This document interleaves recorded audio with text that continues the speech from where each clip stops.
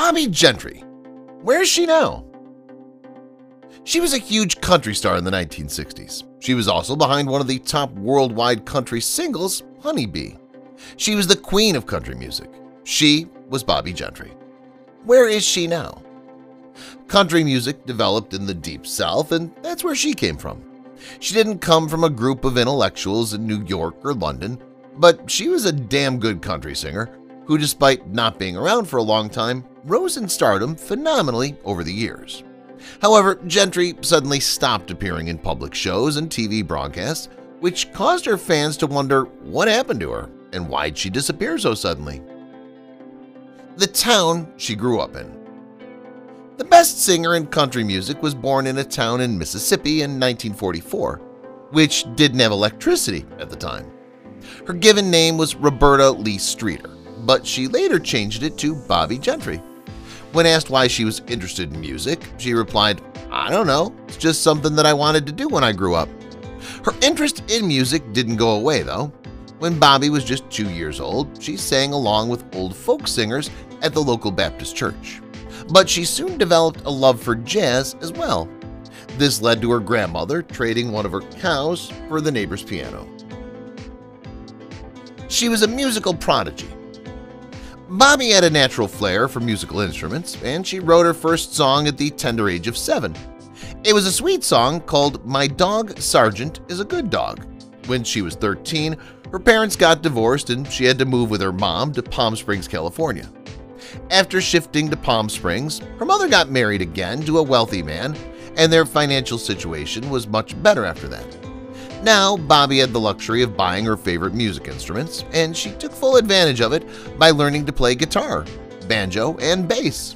This allowed her to take up small singing gigs at the local country club with her new stage name, Ruby Gentry, which was taken from a film about a deprived country seductress. She had a formal education in music at UCLA.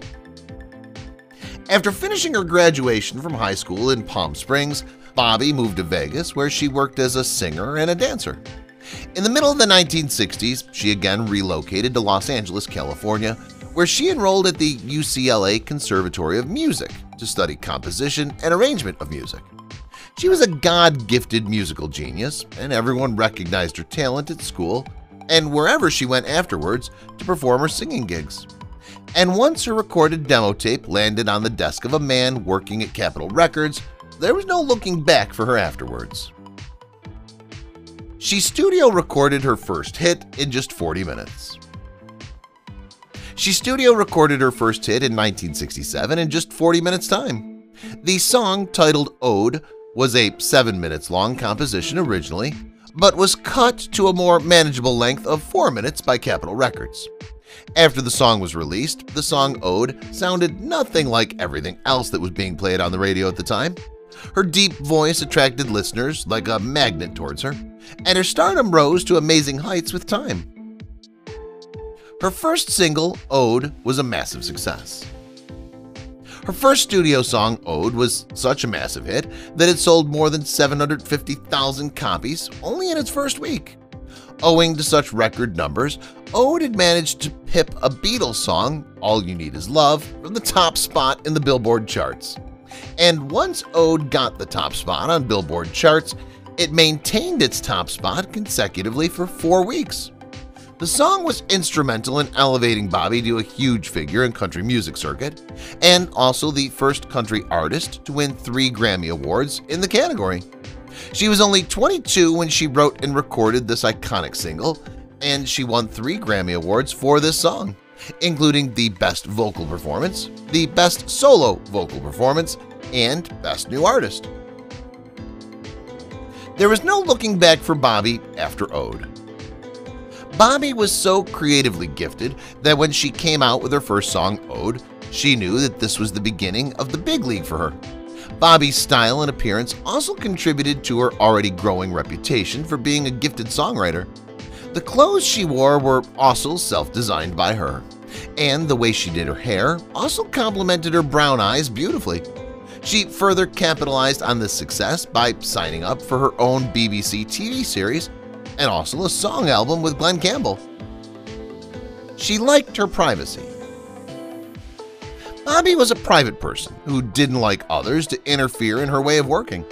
That's why she liked writing her own songs, producing them, and planning the sets and costumes in her songs all on her own. So it was also not surprising that she established her career as a solo artist, and she was quite content to do her own thing at her own pace during the entire length of her short yet successful career. She inspired many to write. She surely had a great grip on her writing skills, which she amply reflected in the lyrics she wrote down for her iconic numbers. Her lyrics reflected the everyday things of life that people live on a daily basis. That's precisely the reason why her lyrics touched many people across the board, and she was able to attain such a huge popularity among the masses in a relatively short period of time. And there were a few people in the same field who were inspired to write their own songs after they came across the lyrics penned for her songs by Bobbie. Bobbie also collaborated with Campbell to produce 2 major hits.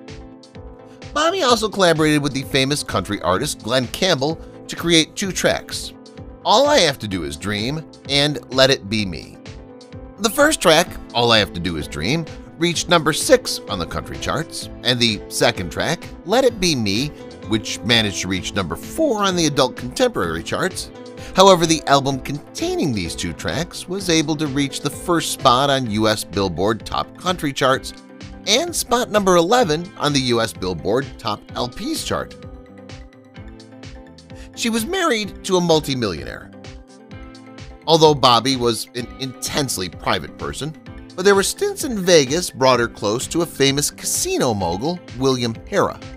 She ultimately got married to him in 1969 when she was only 25, and her husband William was 58 years old. She did have some other affairs as well, and she was married again in the fall of 1978 to country singer Jim Stafford. From this marriage, Bobbie had a baby boy, but the marriage lasted only 11 months, and she was divorced again. She managed to break from the limelight. Tara Murtha, who wrote Bobbie's life biography, said that Bobbie had actually created a new blueprint for women in the music industry, and she'd managed to flip the script on fame in her life. She said that Bobbie was able to shed that spell of fame around her when she didn't want to be in the spotlight. This was definitely no ordinary feat by Bobbie. When we look at the time she was navigating in an industry that was clearly a male-dominated domain at the time, Fancy was her final album. The final album she wrote and produced in her short career was Fancy. This album primarily consisted of cover songs, but there was a title track as well, which Bobbie wrote herself. The title track of this album was also able to reach number 8 spot on the Billboard's contemporary charts. This track also earned Bobbie a Grammy nomination for the Best Pop Vocal Performance and is also famous as the final hit song of her short and eventful career. She left the limelight when she wanted to. Bobbie Gentry came and captured the hearts of her fans in a relatively short span of time. She was the first female country music artist to do so in a male-dominated field. In just a decade, she had seen everything that success could bring to a person. But was she happy with it to carry forward her legacy into the 90s and the coming millennium? Probably she was not. And that's why, after the birth of her first child, Tyler, she decided to quit the stage and walked away from the glitter and glamour of showbiz. Some also say that it was more due to the illness of her ex-partner and producer, Kelly Gordon, that she decided to take a sabbatical. So one can say that she actually left the limelight on her own terms, and she did it primarily because she wanted to do it herself. Her fans were devastated. Since Bobbie's departure from the stage was so sudden that everyone was shocked by it, she had also not done any interviews or talk shows discussing her plans in the future. That's why when her fans were literally devastated when they came to know that she had suddenly decided to call it quits. She had already retired from the recording studio in 1971, but when she decided to quit the stage as well in 1981, her fans were clearly heartbroken and clueless at the sudden development. Bobbie's act of leaving the limelight has caused many to wonder whether there was something going on in her private life that caused her to take such a huge step. There are also a number of unconfirmed sources which say that Bobbie Gentry is alive and well, but she no longer wants to appear in media and endanger her privacy. But could she have made her exit any better? It's really hard to say what could have been if that scenario is no longer existing in real life. Yes, it's true that her sudden departure from the limelight definitely came as a huge shock to her fans. But would it have been any better if she had announced this decision among her fans first and then left the limelight?